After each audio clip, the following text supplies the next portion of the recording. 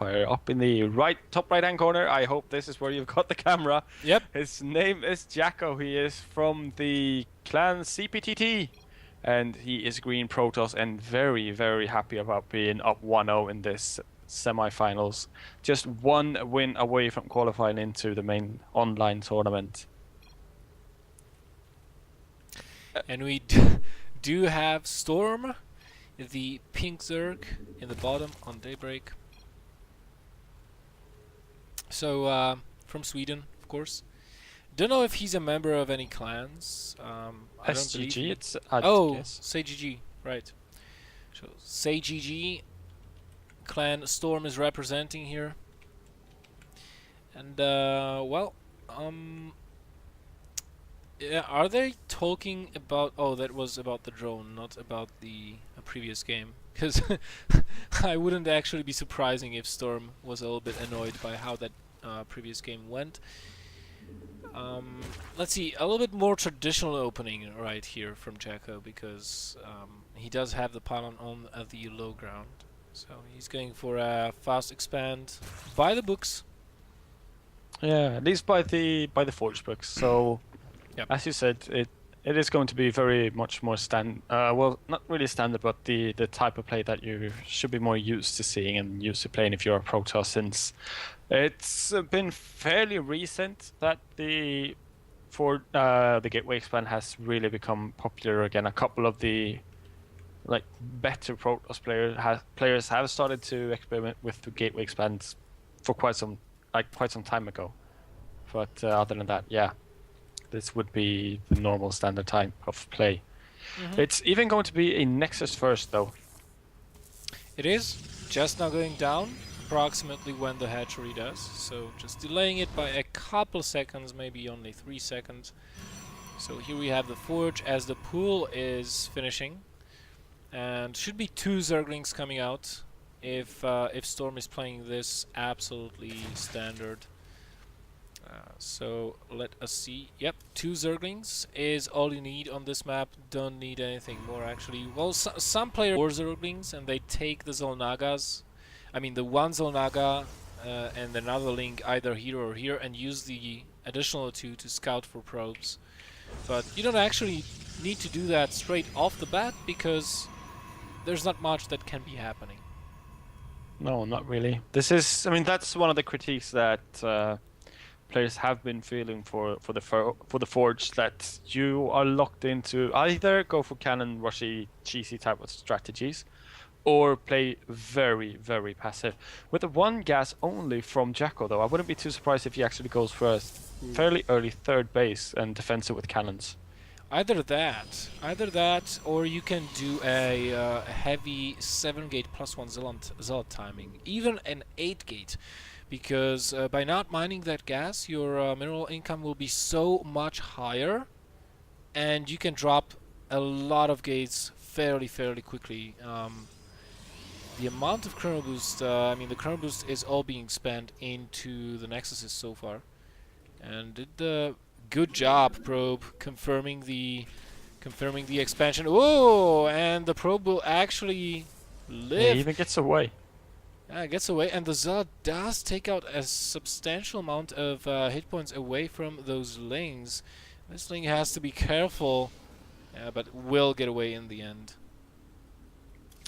Yeah, well, I'm just curious if he's going to go for the MC 8-gate or if he's going to be expanding. Well, I mean, he's getting a Stalker, so my guess is that he will be going for some type of aggressive play. Yeah. Oh, there we go. The second simulator taken as well. And nothing is really locked in stone yet. I mean, none of the extra gateways have gone up yet, and he's still chrono boosting his Nexi fairly heavily, as well as this gateway. And plus 1 attack hasn't been started either. No, it has not.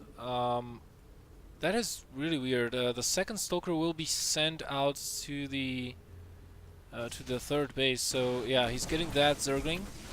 Meanwhile, he will get this queen with the 2 Zealots and the Stalker that he's got, forcing a lot of Zerglings out, and that 1 Stalker has to get away before it gets surrounded.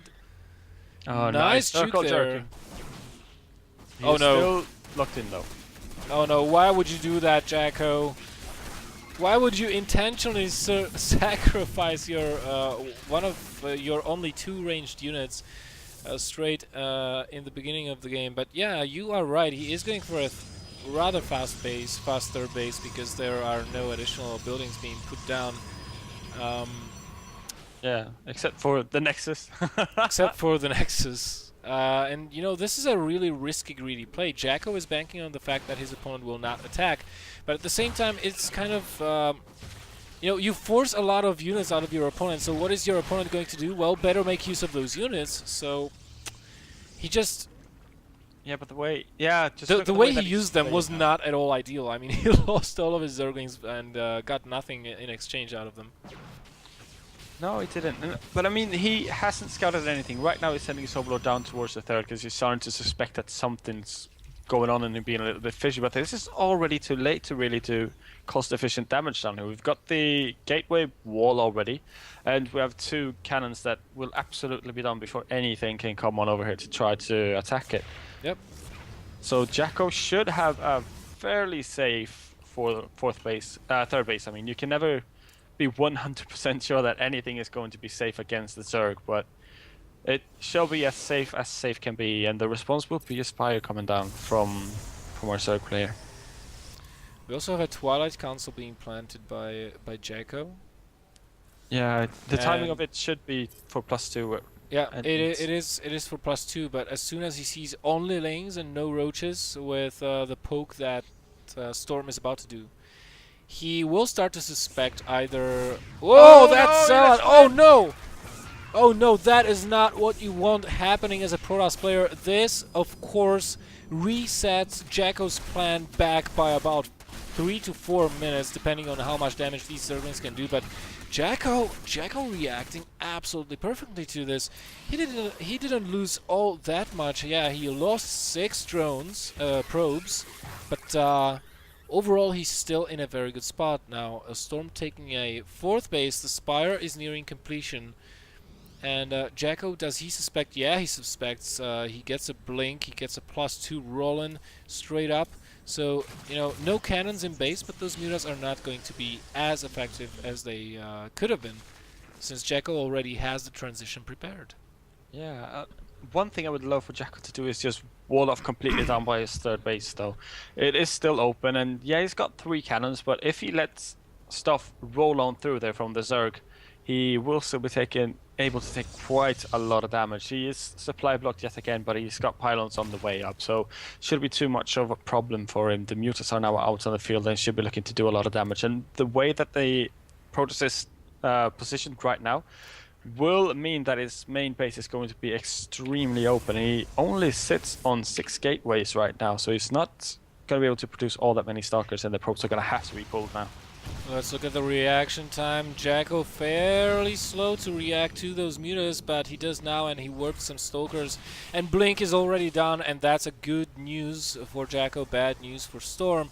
So another 4 probes have gone down. A 5th base going up for Storm. Storm is just playing this really, really well. He's controlling the map, he's controlling the army positioning of JackO by moving around with those mutas. He makes sure that the army is exactly at the spot he wants it to be, and that allows him to take more bases. And one of the ways you can counter this, apart from having impeccable defense, of course, is you can start producing war prisms, because otherwise that robo facility will be largely useless for the majority of the game. Yes, absolutely will. And really nice forces, they're zoning out the links and making sure that the Stalkers can target down the mutas. The mutas are, of course, very, very both vulnerable and needed in this fight. Oh, nice blink there. Catching the mutas off guard a little bit, and the Zealot is on hold position already. In fact, so much on hold position that those 2 probes cannot get to their minerals, which is really weird, but yeah. Yeah, he must have misclicked, because if he clicks on minerals, they will go through the Zealot. Exactly. So, nice job by JackO defending. Let's look at the resources lost. We see that he did not lost all that much. The mutas are preparing to move yet again, though. Yeah, look at the workers killed for Storm, though. He's doing a very, very good job with the harassment of those mutas. 25 probes have gone down so far. But right now, you know, the main base is kind of defended. by JackO. He just has just enough forces, but oh my god, that's a lot of Lings heading towards the third base, and there are not enough forces to defend. Versus there's more warpins occurring, and Storm is doing a really good job with his Muta movements. I really like how he's using them around. Yeah, you could think that he's a Terran because he started stepping his mutas even. That is very, very nice. Now finally the Blink Stalkers from the main base have come to save the third, and they will chase the mutas away. But more and more pink is just constantly streaming across the map. Really nice catching those mutas up though from JackO. This could be the opportunity that he wanted and that he's looking for. He will take the majority of them out, but the Stalkers are going to be forfeit. Yeah, they are. He tried to target fire as many of those mutas as he could. 4 more in production. Templar Archives have completed in the meantime, and we do have +3 weapon attacks on the way for the Stalkers. And +3 Stalkers versus vanilla mutas, I think? No, +1 attack, okay, but they don't have armor upgrades. Well, they're still not going to be killing those Stalkers fast enough. No, not quite. I mean, getting the +1 attack will mean that he wants to just use them for harassment. Really nice here by Storm as well, catching the army of JackO. Oh, not a good position for those Stalkers, and well, JackO is starting to pull the shorter end of the stick here. Yeah, yes, but as soon as he gets a couple of Archons out into this army, everything would turn around, because Archons against Lings and Mutalisks, especially with +3 attack, they are going to be insanely powerful. Yes, they are. I'm kind of amazed how JackO is still able to have 76 probes after all of that has happened. And, well, that was a nice move by Storm, forcing JackO to expand his blink so that he can move away to the third without fear of his army defending it. And right now the third Nexus will fall, and that will make it very, very hard for JackO to come back into this game. He's got a lot of minerals, but not enough gas, and I mean, yes, the Zealots are good versus Lings, but not when there's so many Lings. And basically it's getting to the point where you just kind of need ground AoE to take care of them. Yeah, you need to have that AoE, but the Storm has not finished up yet, and there should only be 2. Oh, there's no no items left on the map. There's just the one Archon. One Archon against that bunch of mutas is not really gonna do it, and there JackO has to tap out of the game, and Storm goes to our finals.